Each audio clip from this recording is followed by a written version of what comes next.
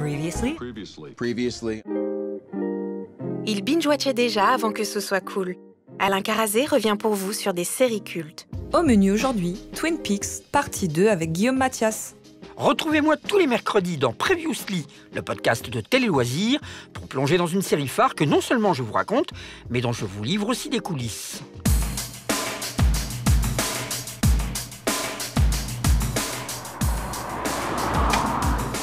Diane, il est 9h25 du matin. Je suis dans Previously sur la route de Twin Peaks. J'ai passé une excellente semaine au Highland Gardens Motel. Sa piscine est chauffée et le temps a été très clément avec moi. Cela m'a permis de me préparer pour mon bond dans le temps d'ici quelques kilomètres. J'avais déjà enquêté la semaine dernière sur Twin Peaks, ou Mystère à Twin Peaks, comme on l'a connu sur la 5. La série créée par Mark Frost et David Lynch est diffusée en 1990 et 1991, 2 saisons durant, sur la chaîne ABC aux États-Unis.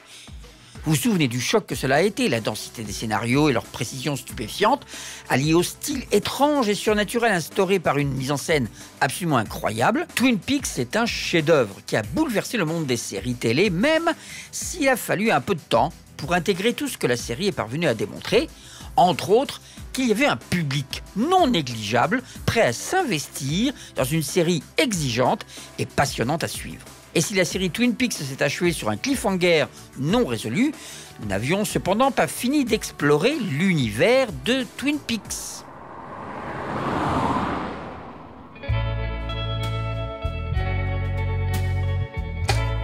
Diane, je suis maintenant en route pour la France. Parce que c'est en France que David Lynch va trouver le financement pour son film Twin Peaks Fire Walk With Me. C'est en effet quelques semaines après la fin de Twin Peaks, la série, que David Lynch signe un contrat pour 3 films avec la société française de production de Francis Bouygues, CB 2000, qui obtenait là un atout majeur dans son développement et sa réputation internationale. La société produira des films de Robert Altman, de Pedro Almodovar, de Jane Campion ou de Wim Wenders et obtiendra 4 palmes d'or. Le film Twin Peaks Fire Walk With Me se déroule en grande partie avant la série, dont il est un préquel un peu, et comme le roman de Jennifer Lynch, le film raconte les derniers jours de Laura Palmer, sa plongée dans le monde de la drogue et du sexe, avec de nombreux clins d'œil à la série. Toute cette partie est précédée par l'enquête de Jester Desmond et de Sam Stanley, respectivement Chris Isaac et Kiefer Sutherland, sur le meurtre de Teresa Banks, pendant que Gordon Cole et l'agent Cooper voient surgir dans les locaux du FBI l'apparition de l'agent Philip Jeffries, incarné par David Bowie.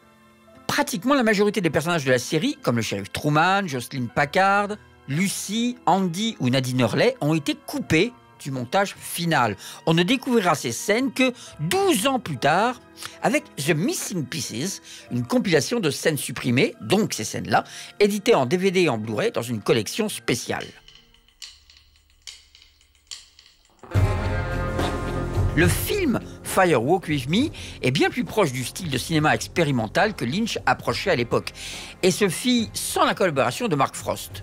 Mark Frost, en effet, avait plus envie de continuer l'histoire qui n'était pas terminée que de revenir en arrière sur des événements passés de Laura Palmer, alors que Lynch, lui, éprouvait une véritable fascination pour cette jeune fille qui sombre petit à petit dans la drogue et dans le sexe. Le film fut un échec, autant public que critique à l'époque.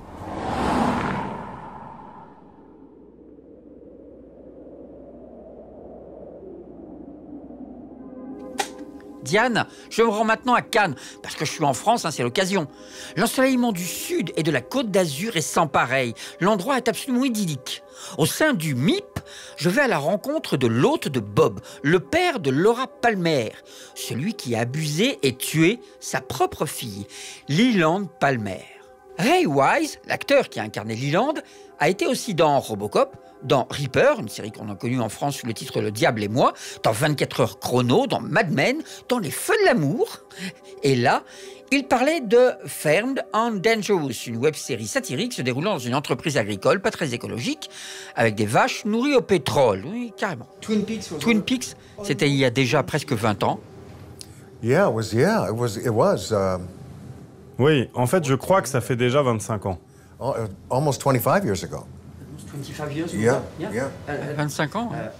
Vous gardez un bon souvenir de la série? Oh, the best, yeah. Oui, excellent même. Ça a été la meilleure des expériences. Tous les acteurs étaient fabuleux et on s'entendait tous très bien. C'était presque comme une famille. Mais quand on se faisait les pires horreurs, on restait très proches. On s'adorait. C'était vraiment merveilleux et c'est grâce à David Lynch. C'est lui qui a instauré cette atmosphère et qui a donné le ton. Tous ceux qui travaillaient sur la série partageaient son état d'esprit. C'était vraiment une expérience inoubliable. C'était une série révolutionnaire, vraiment fantastique. Vous saviez depuis le début que c'était vous, le tueur? Non, personne ne le savait. Tout ce qu'on savait, c'était que travailler avec David Lynch, c'était forcément une expérience à part. Mais on ignorait que la série serait si bien accueillie, que ça deviendrait un véritable phénomène. Le monde entier était accro à Twin Peaks. Le monde entier, vraiment. Je crois qu'elle a été diffusée dans plus de 70 pays. Je me rappelle qu'une fois, où j'étais à Madrid pour tourner un film, j'ai croisé des gens dans la rue qui m'ont reparlé de Leland.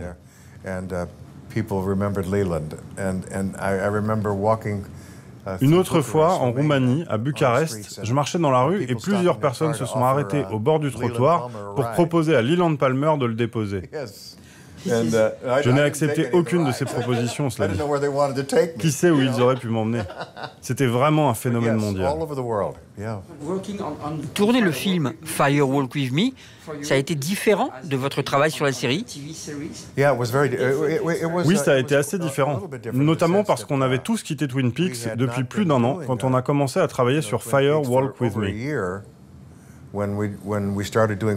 Ça faisait un petit moment qu'on avait arrêté la série. Et dans le film, on retrouve certains personnages, mais pas tous. Ça a fait une réelle différence. Par exemple, l'agent Cooper, Kyle MacLachlan, est à peine dans le film. Le shérif Truman n'y apparaît pas. Benjamin Horne non plus. Pour vous, la famille n'était pas au complet? Ma petite famille à moi, celle de Leland, était bien au complet, elle. Enfin, au début.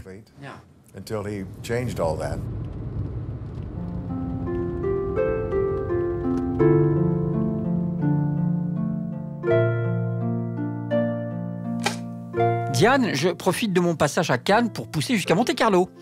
Ah ouais, cette partie de la principauté de Monaco est absolument extraordinaire. C'est une sorte de Disneyland pour grandes personnes. Tout est luxueux, brillant, luisant, somptueux, et ces rues sont terriblement étroites. On voit bien que décennie après décennie, on a empiété sur la mer pour tenter d'agrandir le rocher et la surface habitable, et tout se développe en hauteur. Diane, je suis au Palais Grimaldi. C'est là que se déroule tous les ans le festival de télévision. Et en 2009, Kyle MacLachlan s'y trouve. Il était invité par Disney pour promotionner Desperate Housewives, où il tenait le rôle de Orson Hodge, le nouveau mari de Brie. Kyle est absolument charmant, aimable, souriant. Il va même accepter avec joie d'être présent durant une cérémonie que l'on organise. C'est dire sa gentillesse. On va donc en profiter pour lui rappeler qu'il a incarné le personnage de Dale Cooper. Et oui, Diane, on va parler avec votre ancien collègue, celui qui vous envoyait des cassettes audio durant toutes ces enquêtes, hein? Ça va vous rappeler de bons souvenirs, non? Twin Peaks, c'était bien sûr la première aventure de David Lynch à la télévision. Sur la durée, la série a perdu de sa cohésion. On s'est un peu égaré, mais ça reste vraiment marquant et unique. J'ai revu récemment quelques épisodes, ce qui ne m'était pas arrivé depuis longtemps. Et le côté décalé se ressent toujours, que ce soit par le ton, par la musique, les angles de prise de vue ou la saturation chromatique de l'image. Tout est à part. Et je ne vous parle même pas du personnage. Je pense que Twin Peaks a eu une influence majeure sur bon nombre de séries qui ont suivi, et même jusqu'à Desperate Housewives. Encore une fois, le traitement des couleurs, une certaine esthétique, l'humour noir qu'on retrouve aussi. Tout ça, pour moi, c'est l'héritage de Twin Peaks.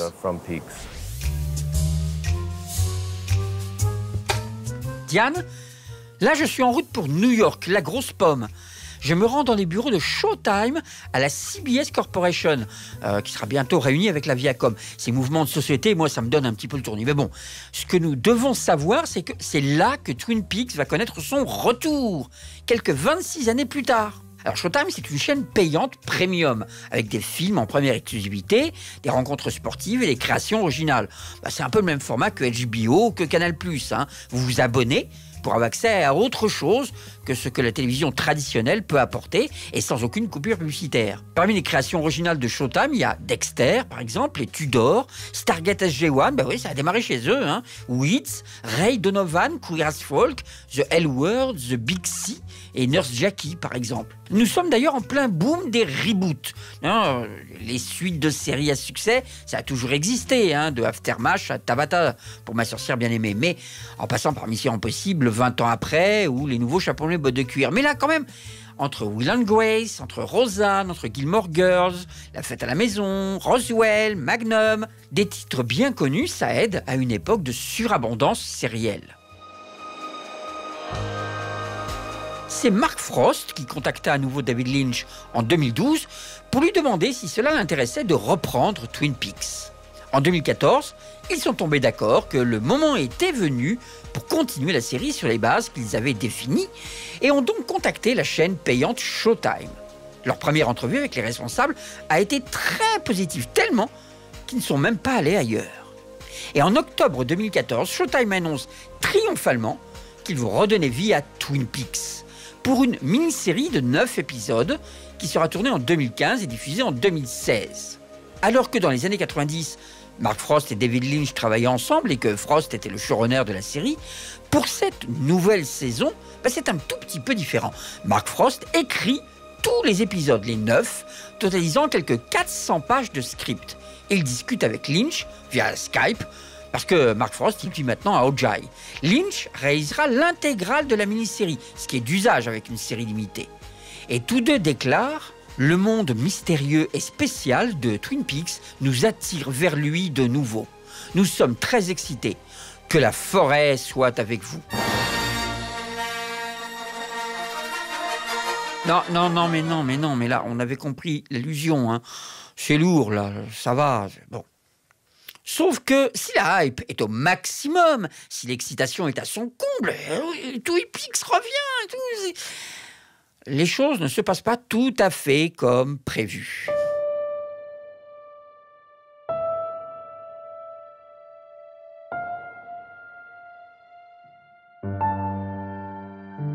En avril 2015, en pleine période de pré-production, et alors que le tournage approche, David Lynch renonce à réaliser la série.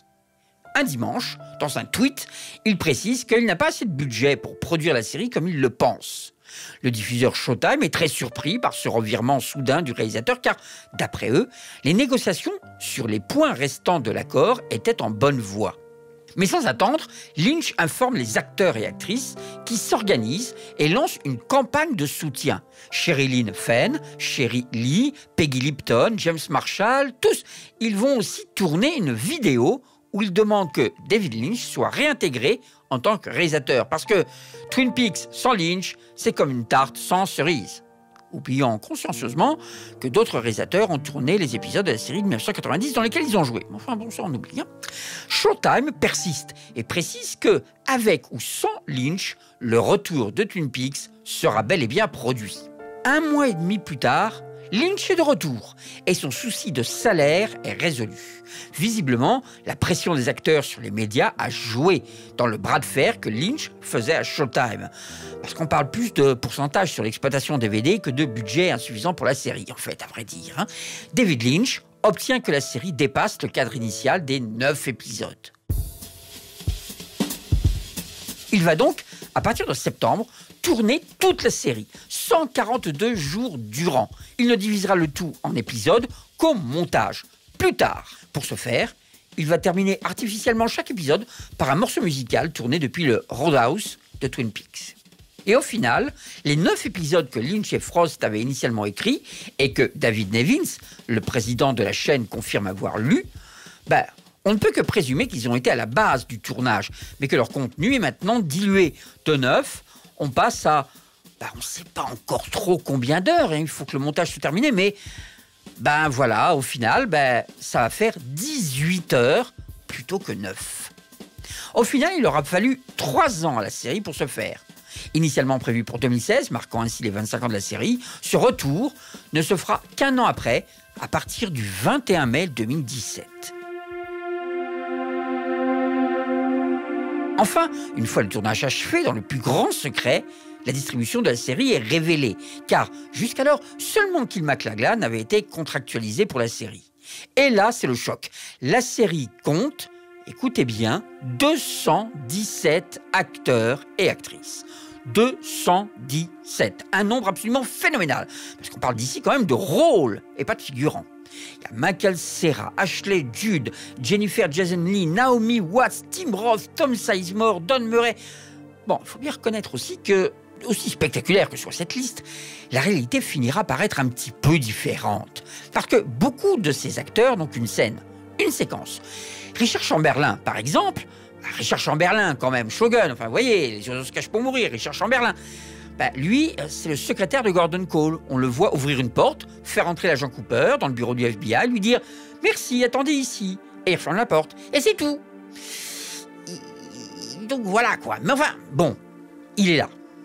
Un peu avant le lancement de la série, Mark Frost va publier un formidable roman, L'histoire secrète de Twin Peaks.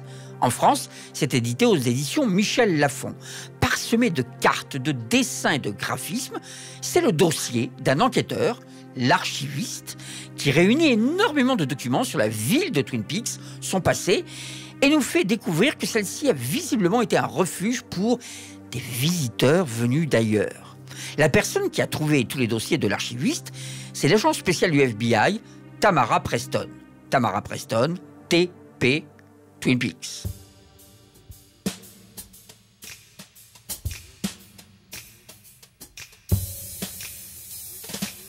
La série se déroule 25 ans plus tard, et la plupart des acteurs de la première série sont revenus reprendre leur rôle.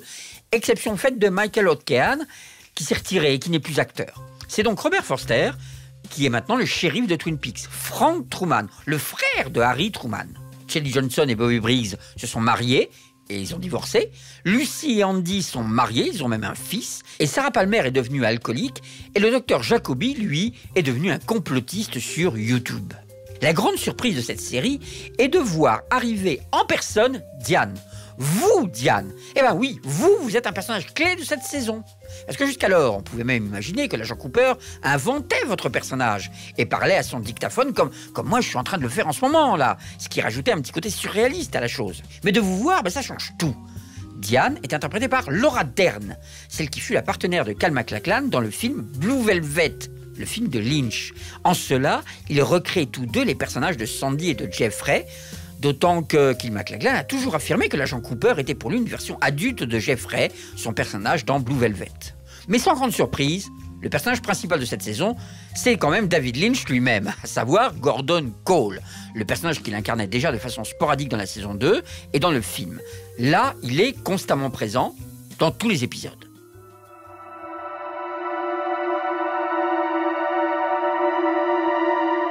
Et dans le 14e épisode, Gordon Cole va révéler qu'il a rêvé de Monica Bellucci, qui le rejoignait devant un café situé au 49 rue du Montparnasse. Avec Albert Rosenfeld, le dernier rôle de Miguel Ferrer, et Tammy Preston, il va remettre en fonction le département Blue Rose. C'est un département qui est un peu comme les X-Files ou les Bookhouse Boys, une équipe réduite chargée d'enquêter sur des événements surnaturels que le Major Briggs a recensés des années durant. Il prend la suite du très officiel projet Blue Book. Vous connaissez le projet Blue Book, hein? C'est un projet chargé d'analyser les soucoupes volantes, les visions de soucoupes volantes. Et le projet Blue Book a été ouvertement arrêté par manque d'éléments concluants. En fait, si, il y avait plein d'éléments concluants, mais c'était top secret. Dans cette équipe, Blue Rose figure l'agent Philip Jeffries, que l'on a découvert dans le film, et qui revient dans la série, sans qu'il soit de nouveau incarné par David Bowie, parce que non seulement il était souffrant, mais en plus il était assez déçu de sa prestation dans le film. À Twin Peaks, on retrouve les pages déchirées du journal secret de Laura Palmer, et on y lit que Laura a rêvé qu'on lui disait que le vrai Cooper était toujours dans la loge noire. Car le cœur de cette saison, c'est bien sûr Cooper, dans ses différentes incarnations. Il y a le méchant Cooper, celui qui s'est échappé de la Black Lodge dans les cliffhangers de la saison 2 en 1991, et qui a depuis disparu. Bien sûr, ce méchant Cooper, c'est Bob, sous l'apparence de Cooper. Et puis, il y a le vrai Cooper qui est dans les premiers épisodes et qui parvient à sortir de la Red Room. Il tombe sur Terre, il va ensuite devenir Doogie, un joueur compulsif. Il va remporter des dizaines de jackpots avec les machines à sous d'un palace de Las Vegas. Il va traverser toute la série dans un état quasiment catatonique, autant pour sa femme, incarnée par Naomi Watts, que pour son fils, et aussi pour son employeur, malgré de brèves fulgurances en tant qu'agent du FBI. Il faudra attendre le 15e épisode pour qu'il s'électrocute et le 16e pour qu'il redevienne l'agent Cooper. La confrontation avec l'autre Cooper, le méchant doppelganger, se déroule à Twin Peaks. Le maléfique doppelganger est donc détruit par Freddy. Alors, Freddy, c'est un jeune garçon avec un gant vert.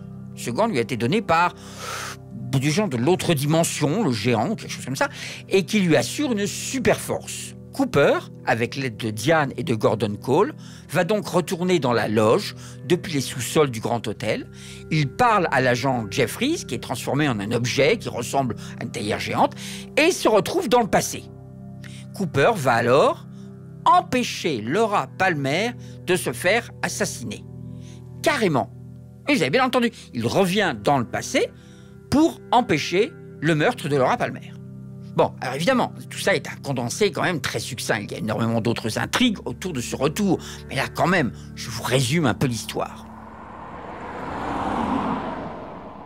Diane, j'ai bien senti votre excitation à l'idée de retrouver l'agent Cooper tout à l'heure. Alors, on va le retrouver à l'aube de cette nouvelle série et de son retour. Roman Gita et moi-même, on avait discuté avec Coop au moment du lancement de cette nouvelle série. C'était au MIPCOM en 2016. Il venait donc tout juste de sortir de la Black Lodge. Yes. Long last. Ça a pris du temps de redevenir Dale Cooper. Well, it was really a pleasure, you know. I think for me the opportunity. C'était un vrai plaisir. Vous savez, pour moi, la chance de travailler à nouveau avec David Lynch était quelque chose qui me manquait. Something that I'd been missing. Et j'étais tellement content de retourner faire cela. Vous savez, David a réalisé tous les épisodes, du début à la fin. C'était un grand changement ? C'était différent de l'époque où on faisait la série, quand il y avait différents réalisateurs, chacun pour son épisode. Là, David était là en permanence. On a donc profité de sa présence et on a apprécié de travailler ensemble. Qu'avez-vous ressenti le premier jour de tournage ? C'était très spécial. Ensuite, tous les jours, je me rendais au travail avec de la gratitude, de l'enthousiasme.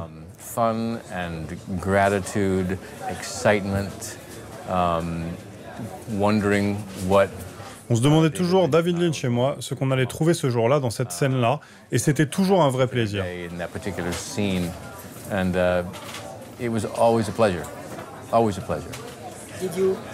Avez-vous jamais perdu espoir que la série ne revienne jamais ?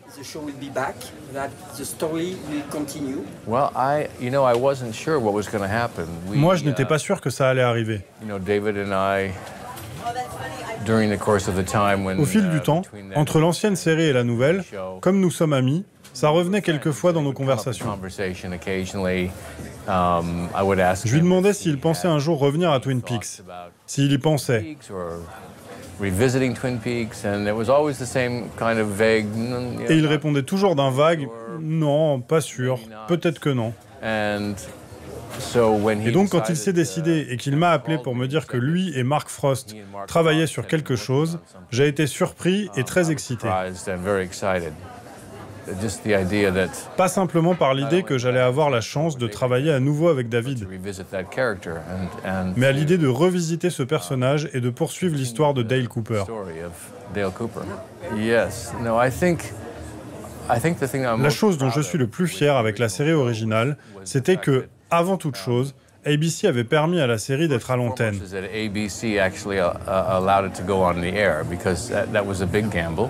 Car c'était un grand pari, parce que l'histoire était inhabituelle. Donc, c'est ça avant tout le reste. David was allowed to David avait la possibilité de montrer sa vision et sa création.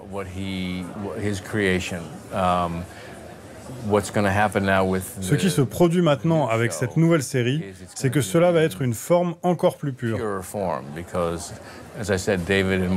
Comme je l'ai dit, David et Mark ont écrit la saison tout entière. David Lynch réalise chaque scène, chaque image de la série. Cela va donc être une version totalement pure de Twin Peaks.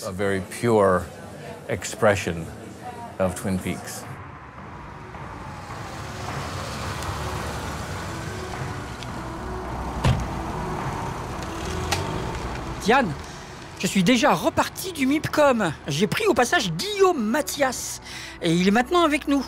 Guillaume est un créateur de BD avec, entre autres, le personnage de Bertrand Koftorian. Bonjour Guillaume, ça va bien? T'es à l'aise dans la voiture, là? Tout va bien? Attends, je mets ma ceinture. Ça y est. Oui, ça va très bien, et toi? Bah écoute, ça va.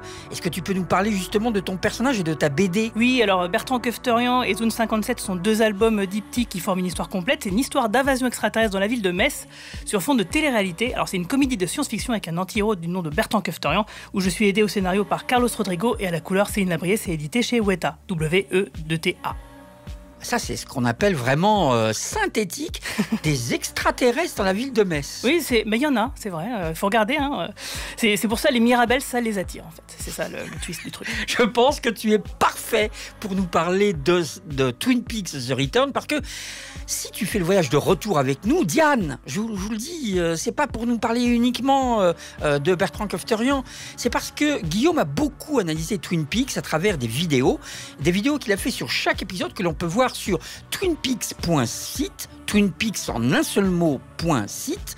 C'est donc l'interlocuteur parfait pour Twin Peaks The Return, quoi. Alors, moi, Guillaume, je voudrais commencer quand même. La forme de cette saison, de cette nouvelle saison de Twin Peaks, c'est quand même assez étrange.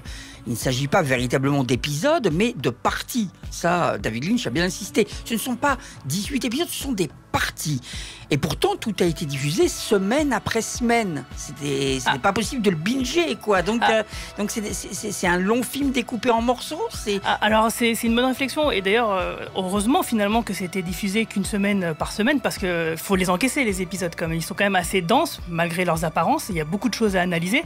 Moi, j'aurais même préféré qu'on ait un épisode toutes les 2 semaines. Hein. D'ailleurs, ça a été le cas. Après le fameux épisode 8, dont on parlera, j'imagine, on a eu 2 semaines de pause. Et du coup, c'était bien, parce que moi, ça m'a permis justement de mettre en branle mes analyses en vidéo. Et effectivement, ce qui s'est passé, c'est que Frost et Lynch, ils ont écrit a priori 9 épisodes ensemble. Et au moment de se lancer, après les négociations qu'il y a eu avec Showtime, finalement, la sauce a été rallongée. Mais à l'époque, Lynch ne savait, c'est lui qui est le seul réalisateur de la série, il ne savait pas combien d'épisodes il y aurait en réalité. Est-ce qu'il y en aurait 12, 14, 15, 16, 17, 18 ? Aucune idée. Et c'est simplement en filmant et après en montant que ça s'est transformé en partie. Parce que donc oui, effectivement, ça a été tout tourné d'un bloc, tout monté d'un bloc. A priori, il n'y a pas de scènes qui n'ont pas été utilisées à l'intérieur. En tout cas, c'est Lynch qui nous le dit. Donc voilà, ça explique le pourquoi du comment. Et que effectivement, alors c'est des parties parce qu'effectivement, au niveau de la narration, ça ne suit rien de commun télévisuellement parlant.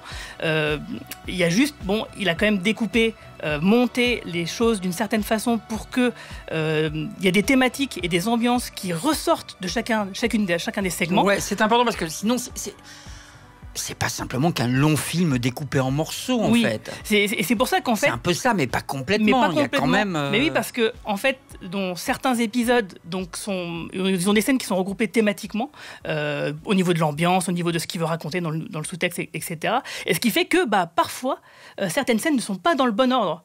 La chronologie n'est pas respectée, tout ça n'est pas vraiment linéaire. Donc ça sert des envies d'ambiance, d'émotion que veut nous faire ressentir Lynch par rapport aux épisodes, et du coup ils sont entrecoupés pour la majorité de séquences musicales qui nous indiquent justement que c'est la fin d'une partie. Et d'ailleurs ce qui est intéressant, c'est que comme ça ne suit pas vraiment une forme linéaire traditionnelle de la télévision, quand on est embarqué dans l'histoire, dans l'épisode, on ne sait pas quand est-ce que ça va s'arrêter. Et on a la surprise quand on voit apparaître à l'écran starring Kyle MacLachlan. Et c'est là qu'on sait que c'est terminé, qu'il y a la musique qui démarrait.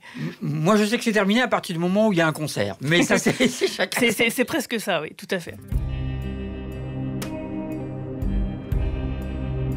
Pour Pour toi, est-ce qu'on peut dissocier la série des années 90 et le retour? Parce que, bon, ça, les années 90, est-ce qu'on pourrait considérer que c'est plus le bébé de Frost, à savoir une sorte de soap-opéra un peu délirant et excessif avec une enquête criminelle? Et est-ce que le retour, c'est pas plutôt la série de Lynch avec une réalisation expérimentale et surréaliste? Est-ce que c'est deux séries différentes en fin de compte? Bah oui, moi c'est pour ça que je trouve que c'est une bonne idée de faire deux podcasts différents, parce que moi c'est vrai que je l'ai pris un peu comme un spin-off, quelque part, The Return, même si ça fait partie d'un tout. C'est-à-dire qu'il y a la série des années 90, il y a le film, il y a la série The Return, il y a les livres, tout ça, ça fait une œuvre transmédia, et après c'est à chacun de décider quelle est la partie la plus importante pour lui, quoi. Mais c'est vrai que quelque part on peut se dire, Mark Frost il était quand même présent, il avait un peu le rôle du showrunner dans la série des années 90, Lynch n'avait pas réalisé tous les épisodes à l'époque comme il l'a fait pour The Return par contre. Donc du coup c'est vrai que quelque part on peut dire que la première série, grosso modo c'est Frost et Lynch, avec quand même une bonne présence de Frost, et The Return c'est quand même Lynch qui a un peu pris la main, parce que lui et Frost ils ont écrit les 9 épisodes ensemble.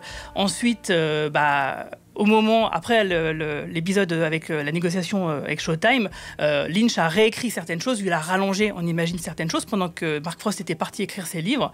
Et bien sûr, comme on imagine le personnage de David Lynch, on sait très bien qu'il a dû rajouter des choses au moment du tournage et du montage. Absolument, et les contraintes sont différentes entre une série pour un network américain avec des pubs, etc., et une série pour une chaîne à péage, où là, carrément, on peut se permettre de faire un nombre d'épisodes limité. Et Frost a toujours dit, de toute façon, depuis le début, à partir du moment où le réalisateur se met à réaliser, moi, je n'interviens pas. Il intervient dans son boulot de showrunner, mais il n'intervient pas.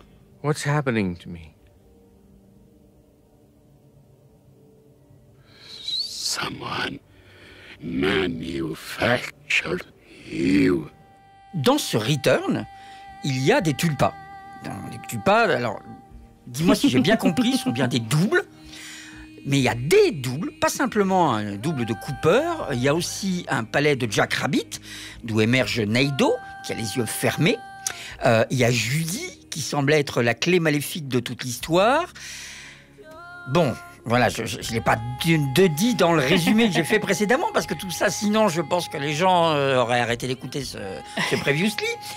Vivons-nous à l'intérieur d'un rêve, comme on nous le fait croire dans l'avant-dernier épisode avec le visage de Cooper qui surimpressionne à l'action? Est-ce que c'est ça, vraiment, la force et la différence fondamentale de ce retour? C'est que, quelque part, c'est pas réellement une série avec véritablement une histoire très définie, une enquête ou quoi que ce soit. C'est plus, on est dans un rêve, quoi. Et c'est 18 heures de rêve. Est-ce que c'est pas ça, un peu l'idée? C'est un peu ça. D'ailleurs, c'est pour ça certaines personnes peuvent se demander, mais à la fin de la série, mais qu'est-ce que ça m'a raconté en fait?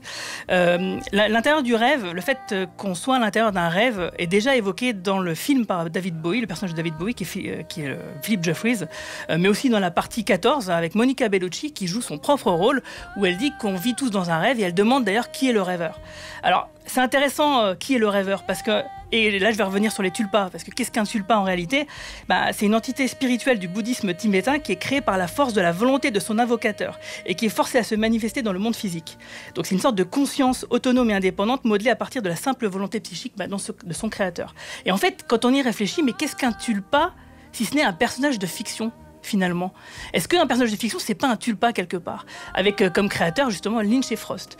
Et donc du coup, en nous invitant dans ce rêve, ça contribue quelque part à passer le 4e mur. Je dis pas le casser, parce que ça le casse pas.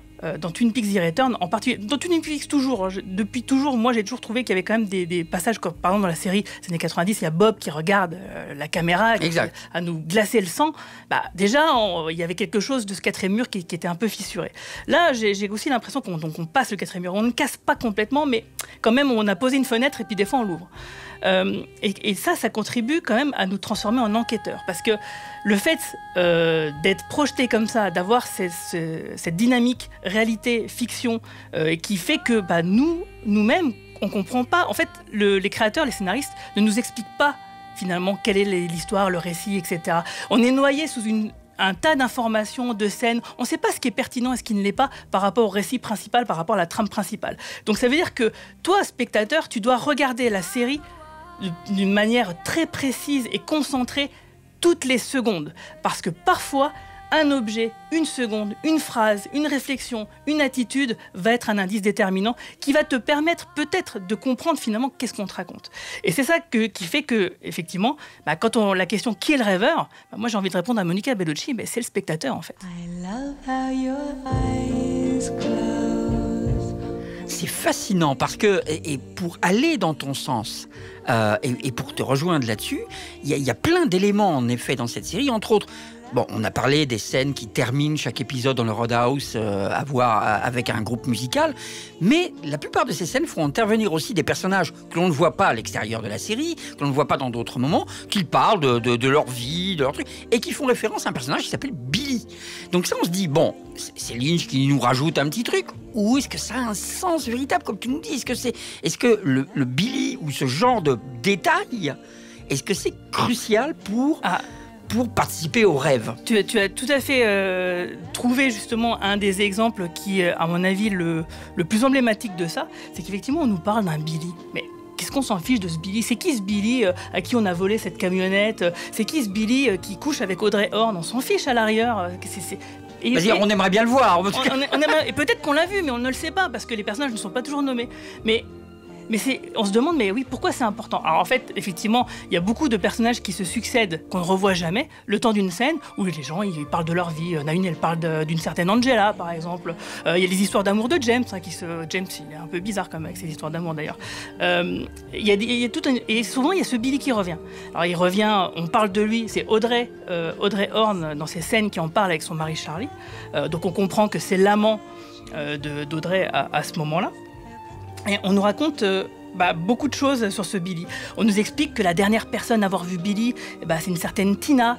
Ça, c'est ce qu'on apprend justement par rapport à Audrey. Mais dans la scène de la Roadhouse, donc on voit deux femmes qui discutent l'une avec l'autre. Donc on comprend qu'il y en a une, c'est la fille de cette fameuse Tina, qu'effectivement, en fait, elle et sa mère sont les dernières personnes à avoir vu ce Billy avant qu'il disparaisse. Alors quand elle le voit, en fait, il apparaît, il saute à travers une clôture, je me souviens plus exactement, il saigne de la bouche, du nez, etc. Et il redisparaît.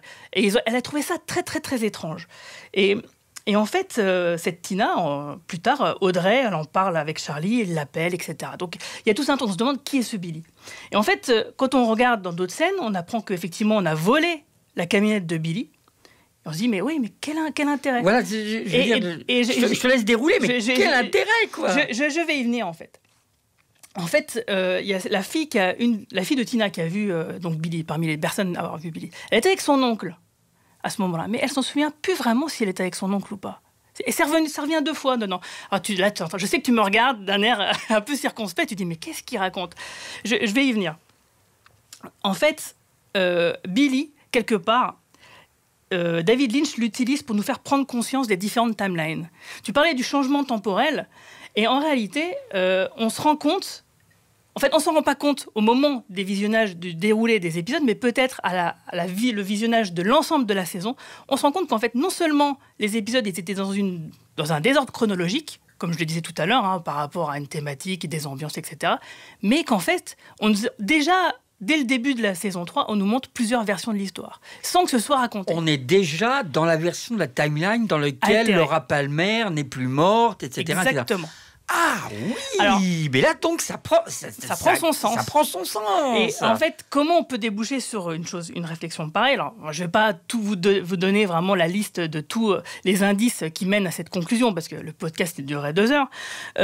Mais ce que je peux vous dire, c'est que, par exemple, il y a une scène où le fameux... Vous vous souvenez quand même que Richard Horne, donc le fils de Audrey, a renversé un gamin dans l'épisode 6 avec une camionnette. Donc cette camionnette est recherchée. On nous parle que Billy, on lui a volé sa camionnette. Donc dans l'épisode, la partie 7, quand Andy, le shérif adjoint Andy, interroge un fermier à propos de cette camionnette, qui ressemble du coup à celle qui a renversé le gamin, du coup on imagine que c'est lui ce fameux Billy. Et en fait, à un moment donné, donc Andy donne un rendez-vous à ce fermier, qui disparaît dans sa maison, qu'on ne revoit plus jamais d'ailleurs, avec un plan assez inquiétant justement sur la porte de la maison où ce fermier va s'engouffrer. Et en fait, plus tard, donc, Andy a donné un rendez-vous à ce fermier pour l'interroger, pour continuer son interrogatoire. Et en fait, il ne vient jamais, ce gars-là. Donc on peut imaginer que c'est ce fameux Billy qui a disparu. Peut-être c'est lui. Et surtout, ce qui est intéressant, c'est qu'Andy regarde sa montre. Et sa montre, il a indiqué que le jour actuel, alors sauf si Andy a mal réglé sa montre, c'est toujours possible, on peut toujours imaginer ça, ça indique un 10. Le problème, c'est que ça peut ni être le 10 septembre ni le 10 octobre, parce qu'en fait, la saison The Return se déroule fin septembre, début octobre. Ça commence grosso modo le 22 septembre et ça se termine le 2 octobre. Grosso modo. Donc ça peut, par rapport aux événements du gamin qui est renversé, de l'enquête d'Andy, tout ce qui tourne autour du personnage de Richard, ça ne peut ni être le 10 septembre ni le 10 octobre. Ça n'est pas logique. Ça veut dire que cette scène-là, elle vient d'une chronologie qui n'a aucun rapport avec l'accident du gamin. Et comme on nous fait croire, comme Lynch et Frost nous avaient déjà fait le coup dans la première série, avec Mike et Bob, donc il y avait Mike et Bob, les entités démoniaques, et Mike, Nelson et Bobby Briggs, là on nous fait un peu le coup. C'est-à-dire on nous parle d'une histoire d'un camion qui a disparu, etc. On nous fait croire que ça a un rapport avec l'accident du gamin qu'on voit dans la partie 6, alors qu'en fait, si ça se trouve, il n'en a aucun rapport. Ta démonstration est absolument imparable. Alors, je dois avouer, j'ai un détail.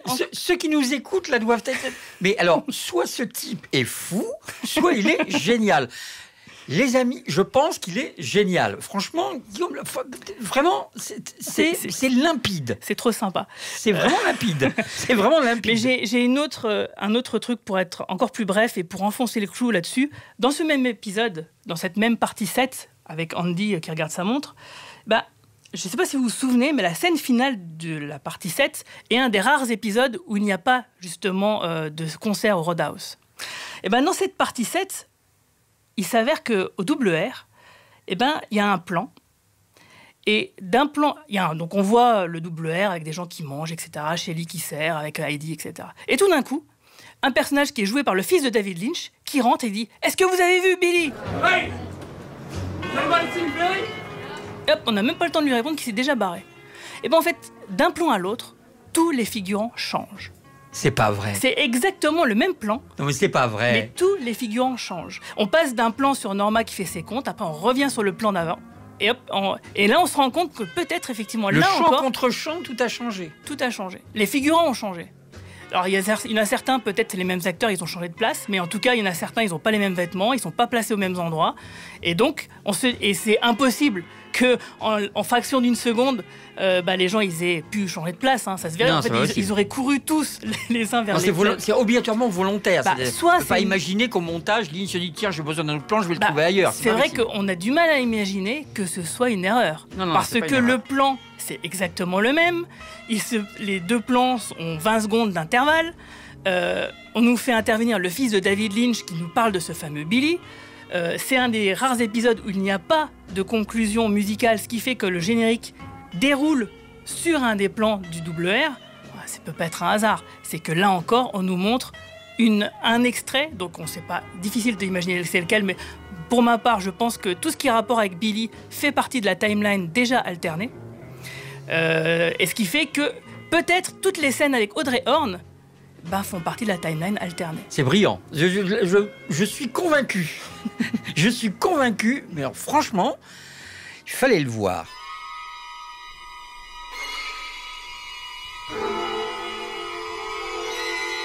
Tu viens de parler de l'épisode 7. L'épisode suivant a fait énormément parler.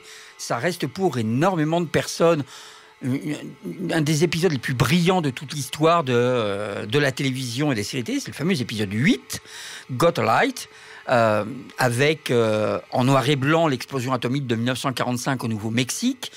Cette explosion atomique qui ouvre une brèche vers une autre dimension, Bob qui fait irruption dans notre monde. Est-ce qu'on peut se dire que cet épisode 8 est quand même le symbole de cette saison tout entière? Je ne vais pas te demander de nous l'expliquer parce que là, il faudra en effet 3 heures. C'est carrément pas possible. Mais c'est vrai que cet épisode 8, par son côté totalement psychédélique, totalement décalé, il n'y a pas beaucoup de dialogue, c'est que du visuel, c'est à marquer absolument tous les spectateurs. Est-ce que c'est pas justement... Est-ce que c'est pas ce que Lynch voulait faire depuis le début avec The Return, faire 1 heure comme ça? Je pense que ça fait partie de ses envies. Il faut savoir quand même qu'à Frost, il a quand même écrit quelques brides qui ont donné naissance à cet épisode. Donc, bien sûr. Lynch, il a pu s'amuser, c'était son bac à sable, quoi. Mais tu as tout à fait raison. Je pense que cet épisode, cette partie en particulier, résume bien la saison ou la série. Moi, j'aurais vu une bonne partie de cette partie-là, de cet épisode, dans une exposition au Centre Pompidou, que ça m'aurait pas choqué. Ouais. Parce que effectivement, ça se rapproche beaucoup à certaines vidéos de l'art contemporain, dont Lynch est un des acteurs également, parce qu'il touche à beaucoup de choses. Il fait aussi de la peinture, de la musique. Il fait beaucoup d'expositions qui sont assez marquantes et qu'on retrouve justement un peu cette ambiance de cette partie 8 là-dedans. Je crois qu'il construit des tables même aussi. Mais ça, il fait beaucoup. Non mais sérieusement, il ferait beaucoup de choses. Et sérieusement, ça se rapproche même un peu d'Eraserhead, un de ses premiers films. Exactement. Mais complètement. La boucle est bouclée. D'ailleurs, beaucoup l'ont noté. Effectivement, la saison 3 ou Twin Peaks The Return, c'est un peu une œuvre somme de toute la carrière de Lynch quelque part. Parce qu'il invoque beaucoup de choses qu'il a fait dans ses films précédents. Et non seulement ça, mais aussi à travers l'histoire de l'art, que ce soit Francis Bacon ou autre, etc. Et en fait, cet épisode-là, au début, on se dit, ouais, mais il est complètement expérimental, il est incompréhensible. Mais en fait, oui et non, il est expérimental, il peut être incompréhensible, et donc simplement, on peut l'apprécier simplement parce qu'il a une beauté visuelle qui est certaine, mais quand même, il y a quand même des indices assez forts pour nous aider, nous aiguiller sur la mythologie de Twin Peaks. Que ce soit effectivement la bombe atomique. La bombe atomique, elle déchire un peu quelque part la réalité, parce que c'est l'atome, c'est la base de toute forme dans l'univers, et le fait qu'il y ait que l'humanité entre dans l'ère atomique, peut-être ça a ouvert une brèche dans une autre dimension, qui a fait apparaître donc la mère de toutes les abominations, et qui s'apparente quelque part, donc vraiment à la mère de tous les démons. Elle recrache plusieurs œufs, on voit Bob, on voit que on ne sait pas si elles existaient de manière... Enfin, si elle préexistait ou si elle a été créée à ce moment-là. Moi, je pense que c'était quelque chose quand même de préexistant. Mais en tout cas, voilà, c'est le point de départ qui fait que le Fireman, donc qui est le géant, envoie une orbe dorée sur Terre. On imagine que c'est Laura Palmer pour contrecarrer justement ça. C'est ce qu'on voit dans l'épisode 8. C'est vrai que, je dis comme ça paraît bizarre. Là, on t'a un peu perdu, là. Là, on t'a un peu perdu. Mais c'est pas grave, c'est bien. Mais ça prouve, en effet, que toutes les interprétations sont possibles, même si Lynch et Frost ont travaillé leur scénario au début, et que, comme tu le dis très bien, c'est aussi... quand même Frost qui a mis en place un petit peu cette idée de visiteurs venus d'ailleurs, que ce soit des extraterrestres, que ce soit une autre dimension, etc. C'est dans son premier livre. Et d'ailleurs, après son premier roman, est sorti un autre livre, toujours chez Michel Lafon. Ça s'appelle Le Dossier Final. Il y donne des détails sur le parcours de nombreux personnages durant ces 25 années au travers de 18 dossiers du FBI, écrits par l'agent spécial Tamara Preston. Et cette dernière va terminer par s'enfuir, de crainte que la mémoire des véritables événements de Twin Peaks disparaisse aussi de sa mémoire à elle, puisque la timeline a été changée.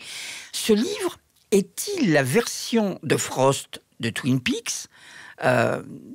Est-ce que c'est, comme Lynch le dit, deux rêves d'un même univers ? Le rêve version Frost et le rêve version Lynch, donc grosso modo le rêve version Frost tel que je viens de le dire, et puis le rêve version Lynch, c'est le 8e épisode, quoi. On peut le dire comme ça parce que j'imagine que si on pose une question en particulier aux deux auteurs sur un sujet en particulier, peut-être qu'ils vont répondre à un truc complètement différent. Et je pense que finalement, c'est la somme de ces deux artistes qui ont créé une troisième entité qui est finalement la fiction Twin Peaks, qui les dépasse tous les deux finalement. Et c'est ça qui est assez fort, et c'est pour ça que il y a une logique interne du fait de l'association des deux auteurs, mais malgré tout, cette logique interne, parfois, elle peut leur échapper à eux aussi, et c'est pour ça que chaque spectateur peut se l'approprier. Avec son final, Lynch est-il parvenu à effacer Twin Peaks ? C'est quand même... On arrive à ça, quoi. Est-ce que, avec la fin de Twin Peaks The Return, David Lynch est-il parvenu à éradiquer la série des années 90 ? Parce qu'elle n'existe plus. Il n'y a plus de meurtre de Laura Palmer, il n'y a plus le crime, il n'y a plus le grand mystère qui nous a tant perturbés dans les années 90, qui a tué Laura Palmer, ça n'existe plus. Alors, oui et non. J'ai envie de te répondre pour plusieurs raisons. Déjà, dans le récit, la mémoire des personnages peut être réactivée. Ça nous est montré plusieurs fois. Et d'ailleurs, c'est pour ça que je disais tout à l'heure, vous vous souvenez de la fille de Tina qui ne se souvenait plus si son oncle était présent. Cette histoire-là, oui, bien sûr. Du coup, on voit quand même qu'il y a toujours des briques. Et les résurgences de cette deuxième histoire. Et c'est le cas d'ailleurs quand justement Gordon Cole et Albert se souviennent de la scène qu'ils ont eu avec David Bowie, avec le personnage de David Bowie, Flip Jeffries, qui est dans le film. Ils avaient oublié que ce truc existait. Et donc, puis ça se trouve, des timelines différentes, il y en a toute une couche, on n'a peut-être pas vu le bout, mais en tout cas, oui, c'est vrai. C'est le Twin Peaks multiverse, quoi. On peut le dire comme ça. Mais en fait, c'est vrai que dans la mécanique de ce qui nous est présenté dans le récit de The Return, dans les livres de Frost, et même tout simplement, si on se concentre sur la saison 3 de Twin Peaks, un changement temporel écrase la ligne temporelle précédente. Oui. Ce qui fait qu'il n'y a pas des univers parallèles. Ça change à chaque fois, ça se met à jour, on va dire. Sauf qu'effectivement, on peut réactiver les souvenirs. Et du coup, et là je reviens à mon histoire de quatrième mur et de rêve et d'enquêteur et tout, c'est que c'est vrai pour tout événement dans la vie de quelqu'un, c'est qu'au bout d'un moment, un événement, ça se transforme en souvenir. Et puis des fois, ce souvenir, il est altéré, on s'en souvient plus, et des fois, on peut y revenir. Et donc du coup, effectivement, le récit de la mort de Laura Palmer a été effacé au profit de la disparition de Laura Palmer. Mais nous, spectateurs, on se souviendra toujours de la série dans son entièreté. C'est splendide, Guillaume. Je rappelle tes vidéos sur chaque épisode de ce retour de Twin Peaks. Donc des vidéos qui sont sur twinpeaks.site, c'est bien ça? Tout à fait, oui. Tout attaché, Twin Peaks, et surtout ta BD, Bertrand Kefterian. Merci encore. Alors, je te dépose là, parce que... Oui, ça ira. Tu vas voir, là, le diner, là, juste à côté, ils font les meilleures tartes du monde. Tu vas voir, si elles sont la Mirabelle, ça m'ira.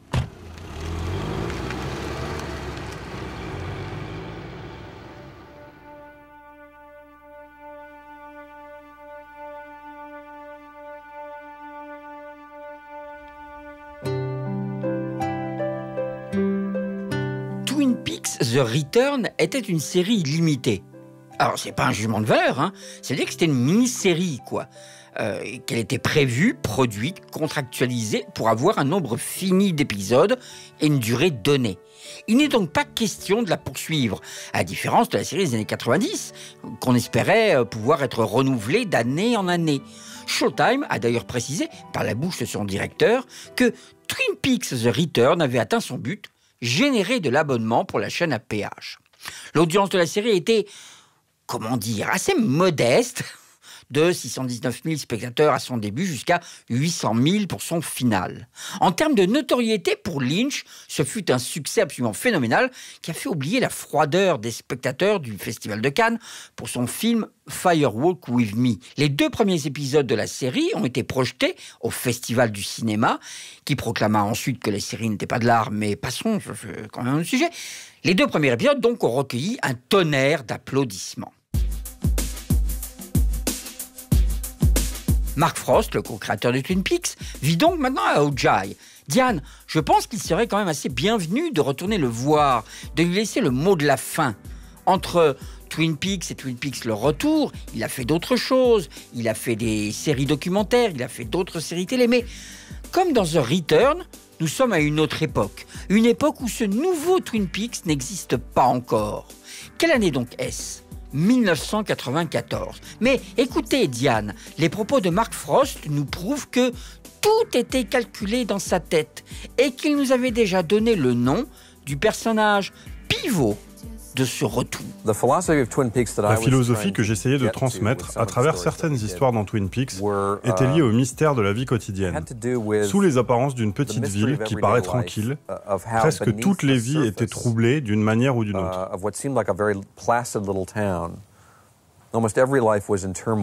Tout le monde luttait contre des problèmes qui n'étaient pas forcément liés à l'intrigue, mais qui avaient plus à voir avec l'existence.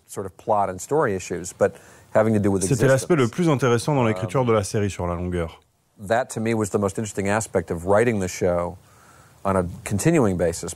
pouvait voir ces personnages se débattre avec ces problèmes et évoluer. Par exemple, le Major Briggs, officier de l'Air Force et père de Bobby Briggs. David et moi avions décidé dès le début qu'il était l'homme le plus sage de la ville. On ne savait pas exactement pourquoi, mais à mesure que la série avançait, j'ai pu mettre en lumière le fait que le Major Briggs avait fait un vrai travail sur lui-même. Presque comme une analyse mystique de la vie qui l'entoure.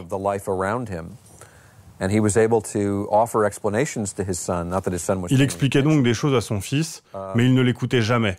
Le Major n'observait pas la vie comme une simple succession de jours et d'événements, mais plutôt comme une histoire que l'on est en train de vivre. avec chacun nos propres possibilités. On peut contrôler chaque jour le flux de cette vie. La plupart des intrigues que l'on voit à la télévision américaine montrent des gens pris dans les griffes d'une intrigue au sein de laquelle ils ne sont que des automates. Ça peut être une scène de crime, une crise médicale. Bien souvent dans Twin Peaks, on traitait des détails de la vie quotidienne.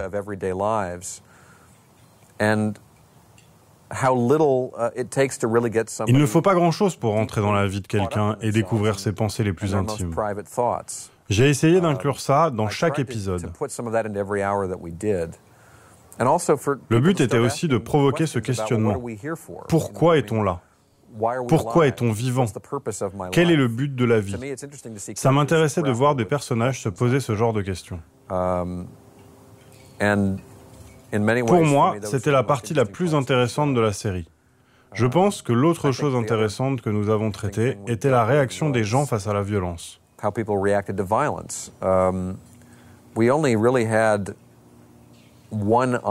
D'après mes souvenirs, on n'a montré qu'une seule scène vraiment violente dans la série. C'était le meurtre de Madeleine dans la saison 2. C'était très effrayant. David a réalisé cet épisode et il a vraiment réussi à rendre la violence réaliste. On a été beaucoup critiqués pour cela, mais j'ai répondu à la chaîne, la violence est horrible. Si vous faites l'expérience de la violence, si vous vous faites attaquer, vous ne l'oublierez jamais.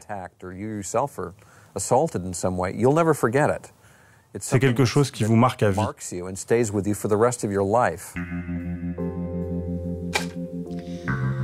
Diane, je vais arrêter là nos conversations. Ça m'a fait vraiment plaisir de discuter avec vous, même si vous n'avez pas beaucoup répondu. Mais bon, voilà, je pense qu'on a fait le tour de Twin Peaks, de cette saga gigantesque. J'espère vous retrouver devant une sacrée bonne tasse de café, peut-être au double R. Allez, au revoir Diane.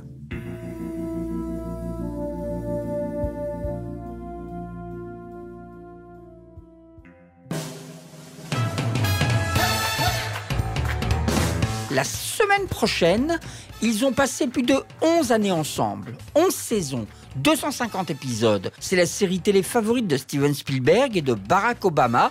Ce sont les Pritchett, les Dumfries et les Tucker. 3 noms, mais en fait une seule famille. Modern Family sera dans le prochain Previously. Vous pouvez réécouter ce podcast sur les plateformes Podcast Addict, Deezer et Apple.